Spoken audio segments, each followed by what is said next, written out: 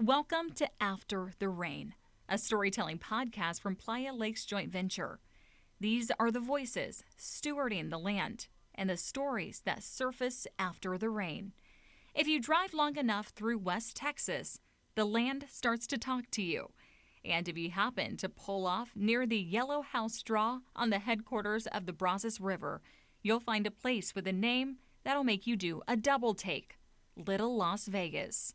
But instead of slot machines and neon lights, you'll find Playa lakes, mule deer, and one of the most dedicated land stewards in Texas, John Roley, the winner of the 2025 Texas Land Steward of the Year Award from Texas Parks and Wildlife Department. I was excited, of course, to be recognized by my peers. I didn't think I had a chance because we're out in West Texas where, of course, it doesn't rain. But his story goes way deeper than a plaque on the wall.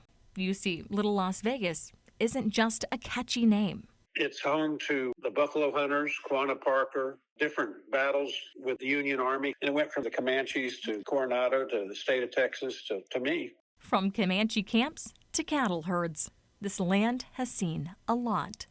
When John bought his first 380 acres, it wasn't much to look at. It was an old grow yard. The fencing material was railroad ties. It was terrible. It was a bank repossession. I bought it. We cleaned it up, reclaimed it, found a well, started running water out, and the mule deer were coming in from eastern New Mexico.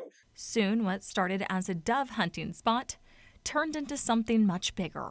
We've been running fresh water into a pond for many years. So that's helped the herd go from 3, 27, 28. I got involved with Texas Parks and Wildlife because it was in the fringe of the prairie chicken, the lesser prairie chicken. They were trying to restore some lands to encourage the prairie chicken to stay.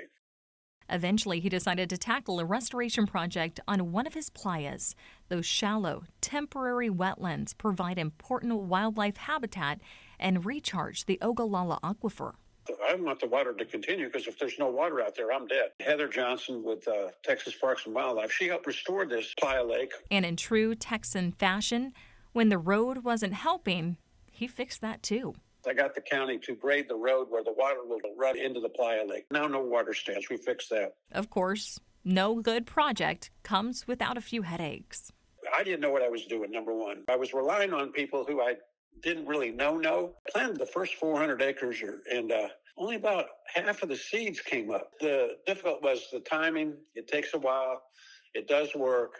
You just got to have faith, and it goes through. Faith and maybe a little patience, because when you stick with it, nature pays you back. It's nice to be recognized by your peers, but it's also nice that those deer have migrated in. They've stayed there. We've got all sorts of birds that migrate in. You just see more, and you don't know what half the birds are, but you know they're there. John's appreciation for wildlife runs deep, all the way back to his Nebraska roots. I grew up in Nebraska. At that time, Nebraska had a lot of pheasants. So I was always grateful to the farmers up there that would leave the corners because, the animals are just like people. They need a place to sleep, a place to eat. They need a place to hang out. That mindset is what drives John's work today. It's big enough now where you really see a lot of diversity and a lot of different things going on. That commitment doesn't stop at his fence line. John opens his gates to students, scouts, and even the Texas Tech Women's Wildlife Program just to share what conservation looks like in real life. If you've got this land, it's a blessing and it needs to be shared. It's not going to change anybody's life dramatically, but it'll give them a different viewpoint of what's out there. That's my point. Let people see what we can do. From the headwaters of the Brazos to the heart of West Texas, Little Las Vegas is proof that stewardship isn't just about fixing the land. It's about legacy and finding joy in watching life return to a place that was once bone dry.